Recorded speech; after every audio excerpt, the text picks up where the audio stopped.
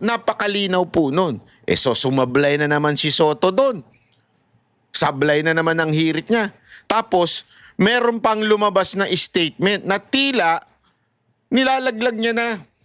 Bakit? Ipapaliwanag ko sa inyo unya-unya. Narito ang Balitang Pinoy TV.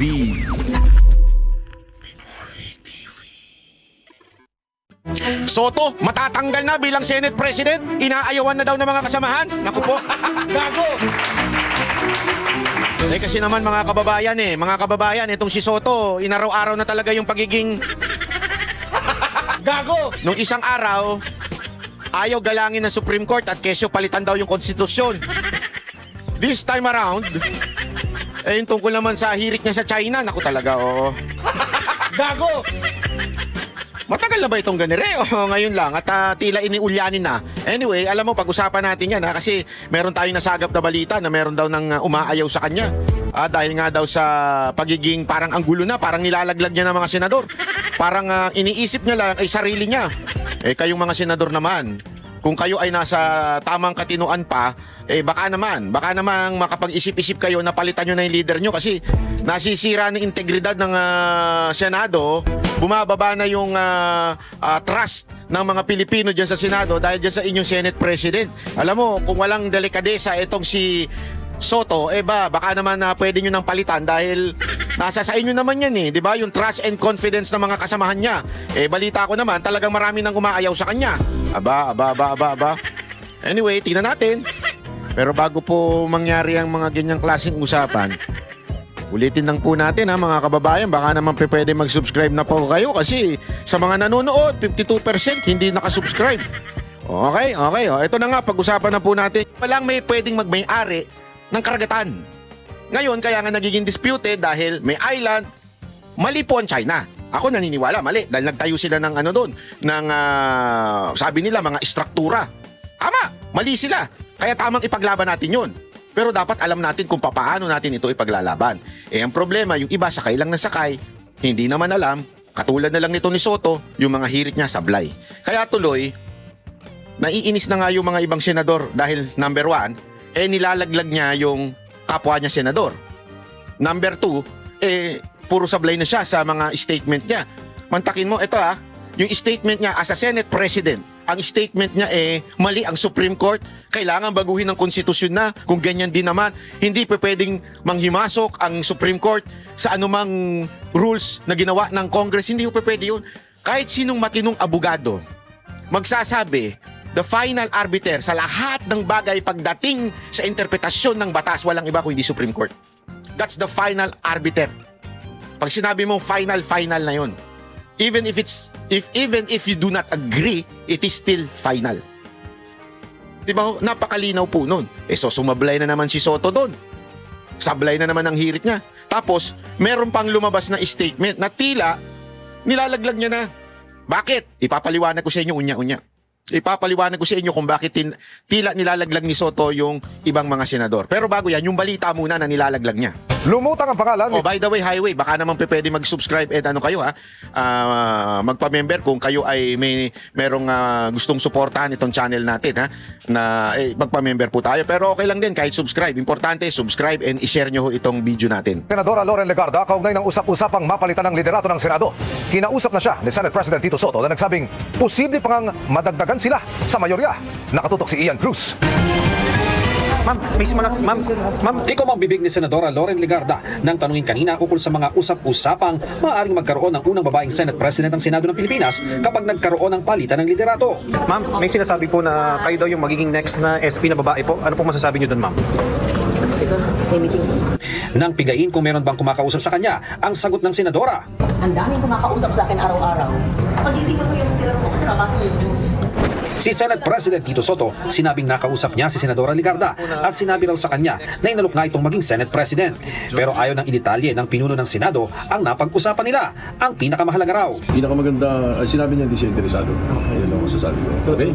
Sa isang post, kinuligsa ni Senate President Pro Tempore Ping Lacson ang anyay malisyosong naratibo na nag-uugnay kay Senadora Legarda sa umano'y tangkang pagpapalit ng liderato sa Senado. Ani Lacson, ang hakbang para mahikayat si Legarda sa pagpapalit ng liderato ay nabigo at ang mga nasa likod daw nito ay nagkakalat ng kasinungalingan na nagboluntaryo mo ng senadora para tulungan silang makakuha ng suporta. Una-una ha, ako I totally disagree na si Legarda ang gawing Senate President. Honestly, pasensya na ha, pero dapat manggaling sa minority. Talagang change. If you really want to have change, you really have to change. Hindi pa pwedeng, kalahati lang ang palitan natin. Parang ganito yan. Di ba gusto mong mag-change oil? Change oil sa sasakyan. Hindi pa pwedeng, ganito na lang gawin natin siguro, no? Para medyo matipid at compromise tayo, no? Kalahati, bawasan mo. Tapos kalahati yung bago ilagay natin. Alam mo mangyayari nung ganun pa rin. Kaya dapat, kung gusto nyo talaga ng total change sa Senate, yung imahe ng Senado, i-change mo talaga yung the entire leadership. Diba? Talaga manggaling from the minority. Hindi yung manggagaling dahil dito sa, hindi, compromise tayo. Kasi si Legarda, from majority pa rin yan eh. So ako, I do not agree. Sana, kayong mga senador dyan, wag naman sana yan. Kasi pareho lang eh. Wala namang magbabago ko siya eh. Mas maganda manggaling talaga sa minority ito. Sino nga ba ang pasimuno ng pagbabago ng liderato sa Senado? Minority. Sa kasalukuyan, 15 senador ang miyembro ng majority bloc, kabilang dyan si Legarda. Siyam naman ang miyembro ng minorya. Para maging mayorya, kailangang may magkakaanib ng di bababa sa 13 senador. Nang tanungin kahapon si Senate Minority Leader Alan Peter Cayetano ukol sa change of leadership, sinabi nitong hindi pa ngayon. Pero mayroon kumakausap sa mga senador, sir? No, we're in the minority. So of course we want to be in the majority. Diba? That was never a secret. Diba? Sila, they were in the minority, they got to the majority. But when they got there, everyone was happy, giving them a try. They have their victories, they have their faults. So it's really, do you get 13 people of like minds? But as of today, wala pa yung 13 na yan o yung 13 hindi present. Ang isa sa miyembro ng minorya ni Senador Robin Padilla, sinabing kung sakali Tingnan nyo ito kung paano nila dinudumihan o para bagang pinalalabas na ang motibo sa pagbabago ay just to protect VP Sara Duterte. Tingnan nyo ito dito halatang halata itong kung sino man yung nagtatanong na media dito eh. magkaroon ng pagnanais Malamang nautusan to, ewan ko. para sa pagbabago ng liderato. Maaari raw ito sa usapin ng impeachment ni Vice President Sara Duterte. From the minority. So, Inshallah, God willing. yung Pro bayan.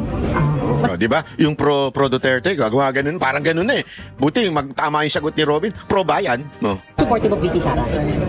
Pero pagdidiinis Supportive of VP Sara na. At ayun yung nakakabwisit no? Tatanong po pa, hindi ba ba halata na si Robin at saka yung mga kasamahan niya VP Sara Duterte? Kilala nyo kung sino yung babae na nagsalita na yun. Halatang may karga eh. Alam mo yung may karga? Obvious naman eh. Obvious naman kung bakit ako sito mga minority. Pero ba't may kailangan itanong sa kalagitnaan o sa ugong na magpapalit ang Senado? Parang kinukulayan mo na para papalitan yan para to protect VP Sara on impeachment. Ganun ang dating eh. buo ang majority bloc at katunayan, baka nga raw madagdagan pa sila. Ang buong majority namin very solid. As a matter of fact, baka mga dalawa sa mga hindi namin kasama dati, baka mapasama ko. Para sa GMA Integrated News, Ian Cruz, nakatutok 24 oras. Agoy, halatang halata yung karga ng media dito sa mga ganitong balita no. Nakakairita lang kasi alam nyo mga kababayan. Hindi yun ang dahilan. Secondary actually, sabi nga nung iba baka na hindi na pumasayan sa Kamara, 'di ba? Mismong yung isang congressman na nasa majority sinabi, wala namang gana na yung mga na itulak pa yang sa impeachment ni VP Sara Duterte. May ganun eh. So, wala doon ang issue. Ang issue dito talaga yung mga palpak na sinasabi ni Soto to the point, ito ang pinakamatinding palpak eh. Aside from dun sa China, dun sa Constitution, ni Soto, ang pinakapalpak talaga yung ginagawa niya in handling the issue of flood control. Yun talaga ang pinaka-problema dito eh. Yung flood control issue na skandal na napakaraming na nagtuturo na kay Romualdez at kay Marcos doon sa flood control scandal, and yet ang papakasuhan pa nila o yung kanilang irerekomenda ay walang iba kung hindi yung kapwa senador nila. Eto, papakita ko sa inyo sorry, yan. Ayan po yun. Kung makikita nyo dyan, lakihan natin ayan. So kung makikita nyo dyan, pinapakasuhan Etong tatlo, nire-recommend for filing of administrative cases kay Ejercito, kay Joel Villanueva at kay Escudero. Kung nandito pa siguro si Bong Revilla, malamang ngayon kinasuhan naman na, di ba? Sigurado to, sasama nila yan eh. Pero magtataka ka, bakit eto mga to ang pinapakasuhan? Di ba? Magtataka ka eh. Alam niyo kung bakit? Kasi ilang bilang din to, tatlo ito. Tatlo ito from the minority. Pag sinabi mong tatlo from the minority, kasi ngayon dikit eh. Alam ko isa o dalawa lang ang pinagkaiba ng majority at saka yung nasa minority, yung nasa opposition. So, since hindi mo ma-assure yung sarili mo na itong majority senators, di ba? O pro-admin senators, hindi mo masigurado kung mananatili dyan kasi frustrated din sila eh. Frustrated din sila sa nangyayari sa Kamara eh, sa Senado. So, pwedeng anytime bumaliktad. Ito mga, halimbawa, itong tatlong to, yan, napakita natin ha. Yan tatlo na yan. Binabawi nila yung kanilang suporta doon sa, si Subiri, si Ejercito, at saka si Gatchalian, So, we understand that there are still addition or amendments to the draft committee reported to the Committee on Accountability of Public Officials and Officers and Investigators on the issue of corrupt on the flood control. So, in this regard, the other side would like to withdraw our signature. So, ibig sabihin, nag-withdraw sila ng suporta dun sa recommendation ni Lacson. Tandaan natin when we say Lacson, ano yan? Team up yan sila ni Soto. So, ibig sabihin, may mga, alam mo yon, may mga hindi satisfied. 'Di ba? Hindi ko sinasabing itong tatlo na to ang babaligtad ha, hindi ko sinasabi yon. Pero from the majority, kitang-kita mo na merong mga alanganin na ang suporta dito kay Soto. So, what do I mean? Simple lang po, ladies and gentlemen. Para mabawasan, bawasan din natin ng tatlo. Yung kabila. Hindi naman nila eksakto yon, pero bawasan natin para mas yung chances na tayo ay hindi mapalitan. Natin 'yan. I-recommend natin. Tandaan niyo, administrative cases sa ombudsman. So ibig sabihin po niya, ladies and gentlemen, maaari silang matanggal sa Senado. 'Di ba? Pwede. Kasi pwede yan pag nakasuhan yan, magiging, alam mo 'yon, kung hindi man, kasi siyempre ilalaban nila yan eh. Alam ko ilalaban nila yan.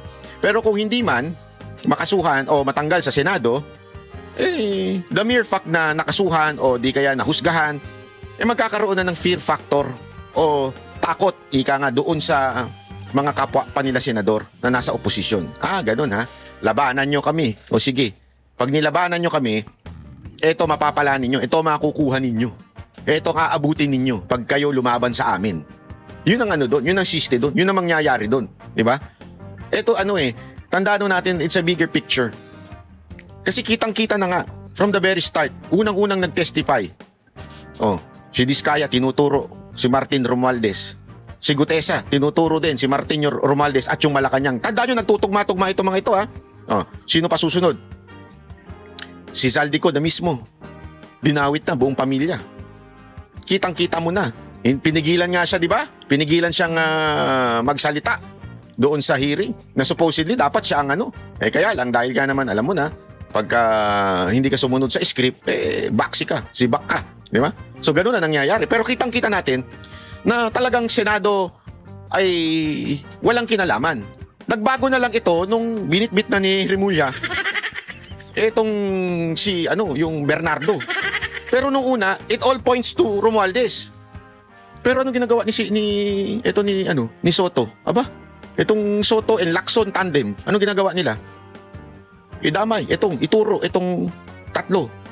Nagtuturo ngayon sila sa mga kasama nilalaglag nila dahil lang gusto nilang, I don't know, if gusto ba nilang ma-retain sa pagiging leader diyan sa Senate.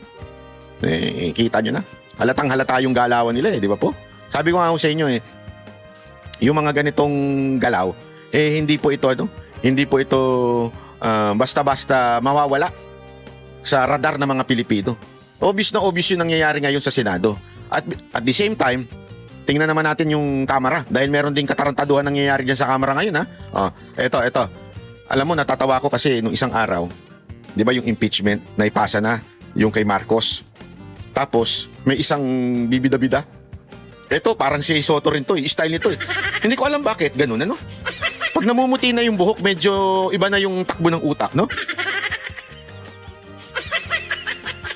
Kaya na lang din nagpakalbo ko eh. Para hindi na mamuti yung buhok ko sa ulo. Ito na lang ang namumuti, oh. Pero bakit ganun talaga? Ito, isa pa to eh. Ito, isa pang sablay to eh. O, panoorin natin to ha. Wait lang ha. Chotomate. O, ito.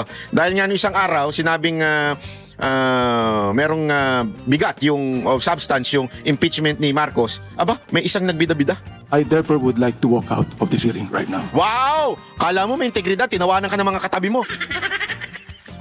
Mga kakampi niya to ha.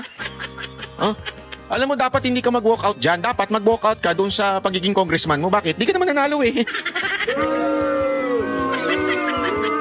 You are not the representative of the people diyan sa Maynila. You are representative of Comelec. Nandiyan ka bilang congressman not because of the people. Hindi ka nanalo. Ang nanalo po dyan yung kalaban niya. Tapos, kesyo nagdemanda, kesyo nag-complain ito, nagreklamo, hindi daw hindi daw Pilipino yung kalaban niya, yung nanalo, yung totoong nanalo, hindi daw Pilipino. 3 beses na naging yun eh, councilor, yung congressman na yun. 3 beses na. So kung nung unang mga desisyon, nireklamo na rin yung dati ng mga kalaban nila eh. Nung unang mga desisyon, sinabing, Pilipino yan. Kaya naging councilor siya. 3-term councilor yun. So 3 beses na nirereklamo ng mga kalaban yun. Pero 3 beses na rin na desisyonan ng Comelec na hindi, Pilipino talaga siya. Tapos all of a sudden, biglang ngayon sasabihin, hindi siya Pilipino. Comelec, ano to? Kaya naupo etong si Abante. So sa madaling salita, hindi talaga nanalo si Abante, ang panalo yung kalaban niya. Kaya ito'y resulta hindi ng boto ng mga Pilipino o ng mga taga Maynila, pero boto ng Comelec. Di ba? Kadiri, ano? Tapos ikaw pa mag-iinarte ng ganyan, kaya katuloy tinatawanan ng mga kasama mo eh. Ba't ba siya tinatawanan? Tingnan natin ha. The manifestation is noted. We have concluded the determination in form of both. Tingnan mo. Nag-walkout, tapos na. Anong katarantaduhan yan? Anong kaipalan yan, Abante? Kaya tuloy talagang naniniwala ako na isa kang bulaang propeta. Totoo lang ha? Naniniwala ako isa kang bulaang propeta. Congressman Chua has raised a moment ago is important. Now, we are not talking about any fast route. Ito na nga mga kabalita. Ano na ang masasabi nyo patungkol sa balitang ito? Please comment down below mga kabalita. Pag-usapan natin yan sa comment section. At kung di ka pa nakasubscribe sa ating channel, baka naman